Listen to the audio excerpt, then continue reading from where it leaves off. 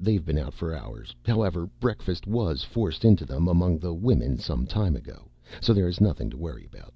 Youth, Doctor, youth." Youth. The word seemed to depress the astronomer. They ate breakfast in silence.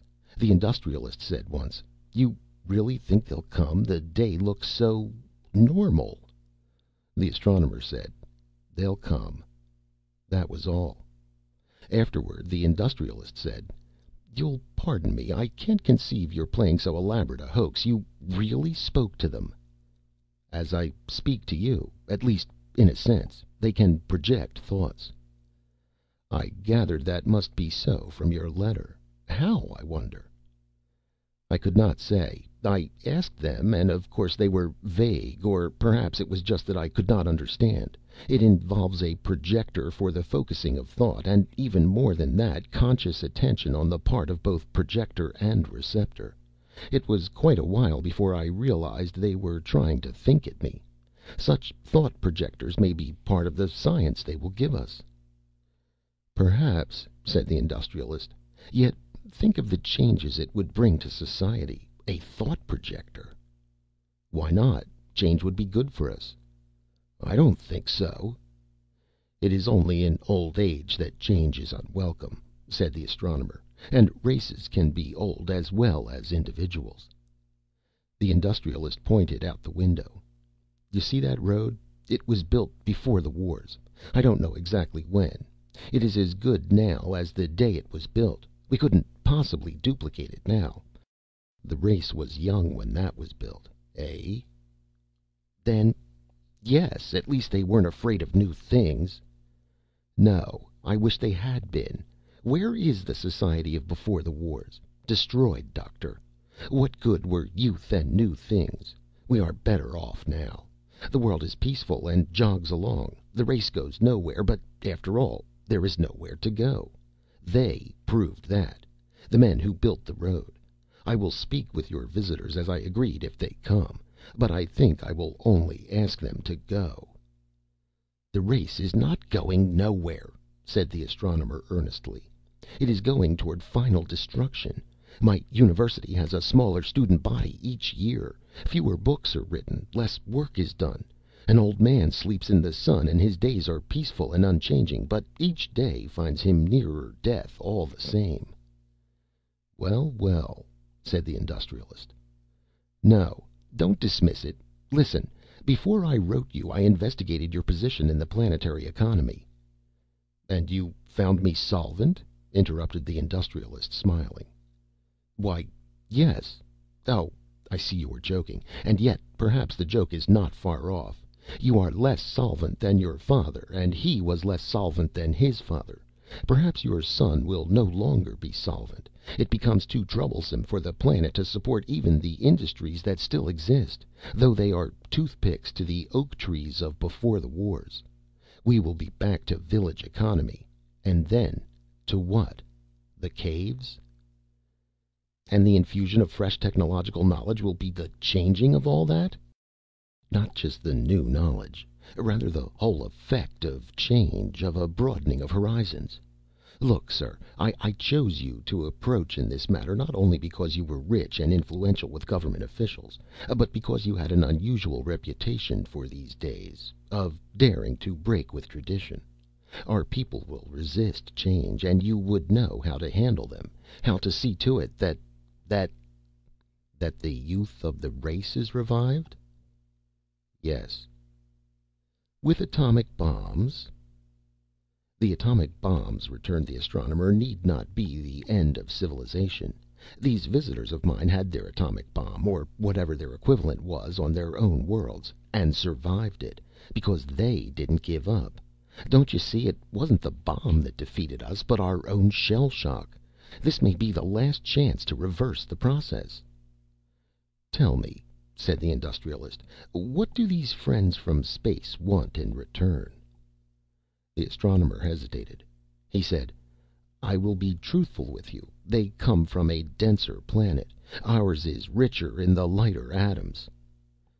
"They want magnesium, aluminum?" "No, sir. Carbon and hydrogen. They want coal and oil." Really? The astronomer said quickly. You're going to ask why creatures who have mastered space travel, and therefore atomic power, would want coal and oil. I can't answer that. The industrialist smiled. But I can. This is the best evidence yet of the truth of your story. Superficially, atomic power would seem to preclude the use of coal and oil. However, quite apart from the energy gained by their combustion, they remain, and always will remain, the basic raw material for all organic chemistry. Plastics, dyes, pharmaceuticals, solvents. Industry could not exist without them, even in an atomic age. Still, if coal and oil are the low price for which they would sell us the troubles and tortures of racial youth, my answer is that the commodity would be dear if offered gratis. The astronomer sighed and said, "There are the boys." They were visible through the open window, standing together in the grassy field and lost in animated conversation. The industrialist's son pointed imperiously, and the astronomer's son nodded and made off at a run toward the house. The industrialist said, "There is the youth you speak of. Our race has as much of it as it ever had." "Yes, but we age them quickly and pour them into the mold." Slim scuttled into the room. The door banged behind him. The astronomer said in mild disapproval, "What's this?" Slim looked up in surprise and came to a halt. I beg your pardon. I didn't know anyone was here. I'm sorry to have interrupted." His enunciation was almost painfully precise. The industrialist said, "It's all right, youngster." But the astronomer said, "Even if you had been entering an empty room, son, there would be no cause for slamming a door."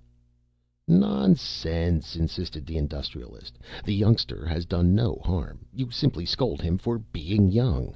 You, with your views." He said to Slim, "Come here, lad." Slim advanced slowly.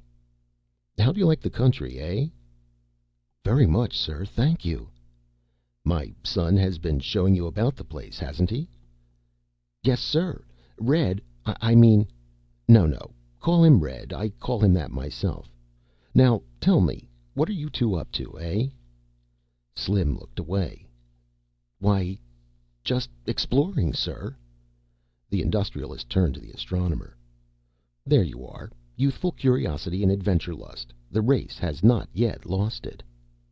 Slim said, "Sir?" "Yes, lad." The youngster took a long time in getting on with it. He said, "Red sent me in for something good to eat, but I don't exactly know what he meant. I didn't like to say so." "Why, just ask cook. She'll have something good for young'uns to eat." "Oh, no, sir. I mean for animals." "For animals?" "Yes, sir. What do animals eat?" The astronomer said, "I am afraid my son is city bred." "Well," said the industrialist, "there's no harm in that. What kind of an animal, lad?" A small one, sir." "Then dried grass or leaves, and if they don't want that, nuts or berries would probably do the trick." "Thank you, sir." Slim ran out again, closing the door gently behind him. The astronomer said, "Do you suppose they've trapped an animal alive?" He was obviously perturbed. "That's common enough. There's no shooting on my estate, and it's tame country, full of rodents and small creatures. Red is always coming home with pets of one sort or another. They rarely maintain his interest for long." He looked at the wall clock. "Your friends should have been here by now, shouldn't they?" Chapter 3. The swaying had come to a halt, and it was dark. The explorer was not comfortable in the alien air. It felt as thick as soup, and he had to breathe shallowly. Even so, he reached out in a sudden need for company. The merchant was warm to the touch. His breathing was rough. He moved in an occasional spasm, and was obviously asleep. The explorer hesitated and decided not to wake him. It would serve no real purpose. There would be no rescue, of course. That was the penalty paid for the high profits which unrestrained competition could lead to. The merchant who opened a new planet could have a 10-year monopoly of its trade, which he might hug to himself, or